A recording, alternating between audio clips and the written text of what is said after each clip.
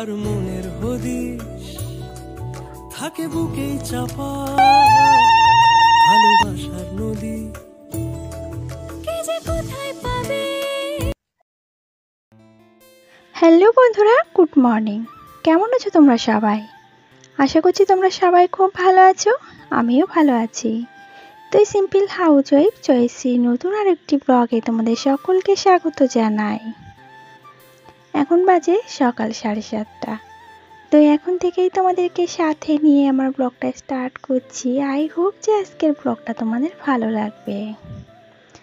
আজও কিন্তু সকাল সকাল বৃষ্টি হয়েছে, তো সেই সাথে সাথে ঘরে লোডশেডিং ছিল, কারেন্ট আসছে আর যাচ্ছে, আর সেই সাথে সংসারের আশিপাশি কাজকর্ম সবটা কমপ্লিট হয়ে গেছে। আর এই যে চায়ের কাপটা নিয়ে চলে এলাম ছাদের পরে। চলো তাহলে ছাদ বাগানটা একটু ঘুরে নিই। আর সেই সাথে সাথে দেখো আকাশের কিন্তু এখনো মেঘলা কাটেনি, আকাশে কিন্তু এখনো অবধি মেঘলা আছে। জানি না আজকে সারাটা দিন কেমন যাবে। আর এই যে ছাদের পরে উঠেই একটা সুন্দর জিনিস, সেটা হলো আজও একটা গাছে জবা ফুটেছে। আর এত বড় বড় লাল লাল জবা ফুল দেখতে কিন্তু সত্যি মনটা জুড়িয়ে যায়, আর তার সাথে এক কাপ চা। তো এই 2 দিন না এই ছাদের উপরে এখানে বসে বসে চা খাওয়ার অনুভূতিটাই দেখছি অন্যরকম। ঘরের মধ্যে বসে খাওয়া আর বাইরে বসে খাওয়ার প্রকৃতি কিন্তু অন্যরকমই সবসময় থাকে। তবে সেটা নিজের মতো করে যদি তুমি নিতে পারো তবে কিন্তু সেটা অনেকটাই বেটার। আর যদি কিনা এই যে তুমি প্রকৃতির সঙ্গে তাল মিলিয়ে না চলতে পারো, প্রকৃতি যদি তোমার ভালো না লাগে, তাহলে কিন্তু তুমি মানুষ নও। মানুষ যে হবে সত্যিকারে সে প্রকৃতিকে ভালোবাসবে। অনেকে আছে প্রকৃতির এই যে রূপগুলো সবটা পছন্দ করে না, গরমকে ভালোবাসে না, বর্ষাকে ভালোবাসে না, শীতকে ভালোবাসে না। তাহলে কি ভালোবাসে? সে নিজের পছন্দকে ভালোবাসে, সে প্রকৃতির পছন্দকে ভালোবাসে না। আমার কাছে কথা হলো, প্রকৃতিকে যে ভালোবাসতে পারবে সেই আসলে একমাত্র সত্যিকারের মানুষ। তবে মানুষকে তো আর বোঝা যায় না, মানুষের তো মান থাকে হুঁশ থাকে না, আর হুঁশ থাকে তো মান থাকে না। তো মান আর হুঁশ যাদেরই আছে তারাই কিন্তু প্রকৃতিতে মানুষ। তো যাই হোক, অনেক কথা বলে ফেললাম। আর এদিকে ঘরের কাজ কিন্তু টুকিটাকি বেশ কয়েকটি করে নিচ্ছি। যেহেতু দেখছি কারেন্ট এসেছে, আবার যদি চলে যায় তাহলে আর ঘরের কাজগুলোকে তোমাদের সাথে শেয়ার করা হবে না। আজ যেহেতু রবিবার, 2 বাবুই আছে বাড়িতে, তো ওদের যা দুষ্টুমি হবে, তো তার জন্য সকাল সকাল কাজগুলোকে সেরে নেওয়াই ভালো। আর বাইরের ঘর দুয়ারগুলো ঝুল ঝেড়ে নিয়েছে আমার শাশুড়ি মা। উনি সকাল সকালে ঝুল ঝেড়েছে, শুধুমাত্র আমার ঘরটা বাকি ছিল। আর যেহেতু শ্রাবণ মাস শেষ হয়ে যাচ্ছে, আবার ভাদ্র মাস পড়বে, আর ভাদ্র মাসে না আমাদের বাড়িতে কেউ ঝুল ঝাড়ে না, ওই জন্য আগে থেকেই মোটামুটি ঝুল টুল ঝেড়ে কমপ্লিট করে নিচ্ছি। যদি বা 15 দিন অন্তর একদিন ঝুল ঝাড়তাম, তবে এবার 1 মাস টানা ঝুল ঝাড়া যাবে না। তো তাতে করে মাকড়সারা তো খুব আনন্দে নিজেদের ঘর বাড়ি বসবাস করার জন্য তৈরি করে নেবে। আর এই যে খাটটা পরিষ্কার করে নিলাম। যখনই না বেড কভারটা চেঞ্জ করি, সেই সাথে সাথে খাটের এইগুলো যদি পরিষ্কার করে নিই তাহলে বেশ ক্লিন থাকে। অনেকে আছে যে বেড কভার চেঞ্জ করার আগে খাটটা ক্লিন করে। আমার মনে হয় বেড কভারটা পেতে তারপরে খাটটা ক্লিন করলেই ভালো হয়, তাহলে যত ধুলো নোংরা যেটা ওড়ে সেটা একবারে পরিষ্কার করে নেওয়া যায়। আর এদিকে তো এগুলো মাঝে মাঝে হালকা পাতলা ডাস্টিং করে নেওয়া হয়, তবে সবটা তো আর সবসময় সম্ভব হয় না। তবে যতটুকু সম্ভব হয় হাত বাড়িয়ে ক্লিন করে নিয়েছি। ওদিকে আবার একটু তাড়া আছে, ওই জন্য ভাবছি পরে যখন সময় পাবো চেয়ার নিয়ে উঠে শোকেজের মাথার উপরটা ঠিক সময় করে ক্লিন করে নেব। সাদায় কালো বোনা শীতল পাটি, তারি যত্নে উঠোন হয় মনের মাটি। সে যে যত্নে আঁকা, সে যে স্বপ্নে ধোয়া, তাকে বানায় সোনা অনুরাগের ছোঁয়া। যাক, তাহলে অবশেষে কাজ প্রায় শেষের দিকে। এখন শুধুমাত্র ঘরটা মুছলেই হয়। আর ঘরটা না মুছে আমি চলে এসেছি রাস্তায়। এসে দেখি সকলে রেডি হয়েছে। এটা আমার নকাকি শাশুড়ি মা, এটা সেজো কাকি শাশুড়ি মা, আর ওটা আমার শাশুড়ি মা। আর যে বসে আছে এমনি সেটা হলো পিসি শাশুড়ি, আর এটা কিন্তু আমার দেওর। আর এদিকে বসে আছে নকাকা শ্বশুর, এই সাইডে যে নড়ছে, আর ওই পাশে বসে আছে ফুল কাকা শ্বশুর, আর সাথে আছে বড় মা, বলতে গেলে বড় শাশুড়ি। আর এটা আমার বড় যা, যে এই যে গাড়ির চাকায় চাকায় জল দিয়ে যাচ্ছে, আর আমার ননদিনী তো লুকিয়ে গেছে। আজকে কিন্তু ননদিনীর বিয়ের এক স্টেপ আগে এগিয়ে যাচ্ছে, এমনিতেই এক স্টেপ এগিয়েছে, তবে রিচুয়ালস অনুযায়ী আজকে কিন্তু প্রথম। আজকে ননদিনীর হাজবেন্ডের আশীর্বাদ। তো আজকে ননদিনীর হাজবেন্ডের আশীর্বাদ, আর গত দুদিন বাদে আবার ননদিনীর আশীর্বাদ। আর এই যে ক্যামেরাম্যান দাদা, আর ওইদিকে সকলে চলে গেল, আর এদিকে আবার আর এক টিম বেরাচ্ছে। এগুলো হচ্ছে আমাদের বৌমা, আর এটা হচ্ছে ছেলে। তো এদের টিম আলাদা যাচ্ছে, ওরা আগে থেকে বেরিয়ে গেছে, তারপরে এই যে এরা একটু লেটে গেছে। তার মধ্যে আমরা এখানে বসে বসে দাঁড়িয়ে দাঁড়িয়ে গল্প করছিলাম। তো ফাইনালি ওরাও বেরিয়ে গেল, আর এখন আমরা যা আছি আর একটা ননদ। তো ননদকে আমরা অনেক কিছু বলছি জানো তো, যে আমরা 4 বৌদি তোর কি বেশি হয়ে গেলাম।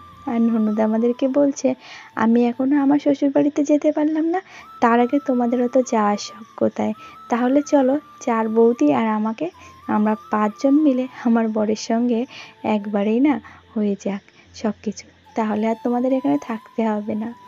তো আরেক বৌদি বলছে, আমরা যদি 4 বৌদি চলে যাই তাহলে তো দাদাদের কে দেখবে। তো এই সব নিয়ে নানান রকম গল্প, যেখানে ননদ বৌদি থাকে সেখানে তো হাজার একটা আড্ডা, হাজার একটা গল্প থাকে না সেখানে। তো সেখানের গল্প আর বলে লাভ নেই, সেটা সবাই জানে, এটা আর বলে বোঝানোর মতো না যে এটা কত একটা সুন্দর সম্পর্ক। আর এই যে ননদিনের আশীর্বাদে পড়ার জন্য এই ব্লাউজটাকে কাটিয়েছি। তবে জানো, গত 2 বছর ধরে এই ব্লাউজটা না দর্জির দোকানে পড়েছিল, তার আর সময়ই হয় না যে ব্লাউজটাকে কাটিয়ে দেবে। তো ফাইনালি আজ সময় হয়েছে, তো সে কাটিয়ে দিয়েছে। আর এই যে পুরোপুরি আমার ঘরদোর ঝেড়ে পুছে কমপ্লিট হয়ে গেল এ মাসের মতো, আবার পরের মাসে গিয়ে হয়তো কাজটা করতে হবে। আর এই যে তারপরে চলে এসেছিলাম রান্নাঘরে, তোমার দাদাভাই আমাদের জন্য রেডি রেখে গেছে চিকেন, তো সেই জন্য পুরো মশলাগুলো রেডি করে রেখে যাব তারপরে স্নানে।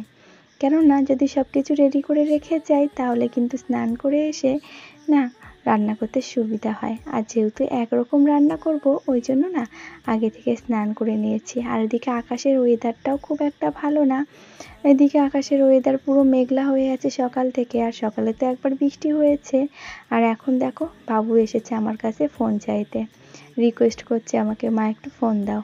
একজনতে হচ্ছে না, আর একজনও চলে এসেছে। রবিবারে ছুটির দিন হলে কি আর হয়। তো আমি বললাম যা নিচের দিকে গিয়ে টিভি দেখতে থাক, তারপরে গিয়ে আমি ফোন দেব। আর জান তো, আজ বাদে কাল একটার পরীক্ষা, আর তারপরে কাল বাদে পরশু আরেকজনের।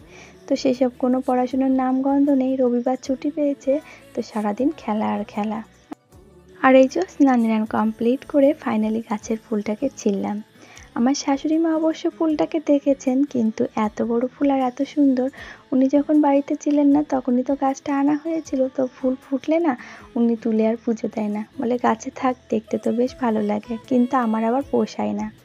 আমার মনে হয় ফুল যতই সুন্দর হোক না কেন, তাকে যতক্ষণ না ঠাকুরের চরণে দেব ততক্ষণ না মনে সন্তুষ্ট পায় না। আগের দিন না মুখটা কেমন হচ্ছিল মনের ভেতরে, ফুলটাকে দেখছি আর ভাবছি যদি মায়ের চরণে দিতে পারতাম তাহলে মা খুব খুশি হতো, আর খুশি হয়ে কিছু না কিছু ভালো একটা আশীর্বাদ দিত। তবে আজকে আর ইচ্ছাটা পূরণই করে নিলাম, ফুলটাকে এনে মায়ের চরণে দিলাম। আর এদিকে কিন্তু আমার শাশুড়ি মা পুরো পুজো দিয়ে গেছেন। তবে আমি যেহেতু ঠাকুর ঘরে এলাম, ওই জন্য প্রদীপ আর ধূপকাঠি একটা ধরিয়ে দিলাম। ঠাকুরকে স্মরণ করতে গেলে প্রদীপ আর ধূপকাঠি না জ্বালালে না ঠাকুরকে ডাকা হয় না। তাকে না আরতি করলাম না, তাকে প্রসাদ দিলাম না, অথচ তাকে শুধু মুখ বন্ধ করে ডাকলে কি সে সাড়া নেবে? অন্তত ধূপ প্রদীপ তো জ্বালাতেই হয়। আর আমার শাশুড়ি মা যেহেতু সবটা সেরে গেছেন, ওই জন্য আমি ধূপ প্রদীপ জ্বালিয়ে নিজে একটু ভালোবেসে প্রণাম করে নিলাম।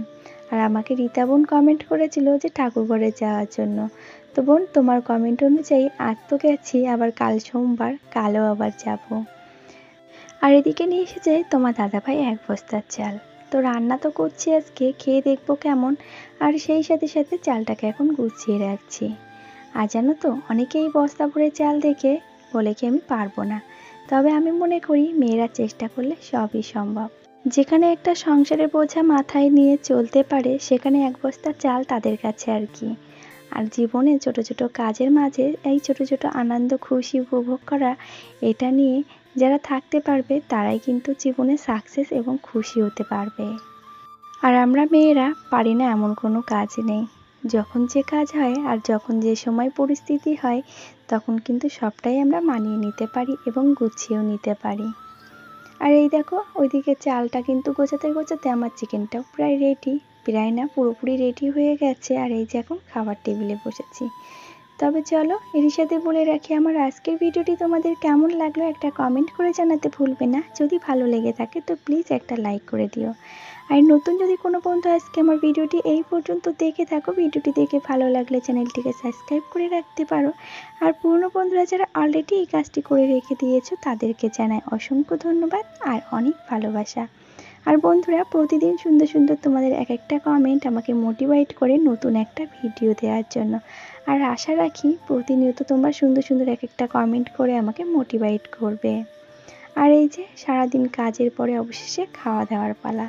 তবে চলো খেতে খেতে আজকের মতন ভিডিওটি এই পর্যন্তই। সকলে খুব ভালো থাকবে পরিবারকে নিয়ে। আবারও দেখা হবে নতুন দিনের সাথে।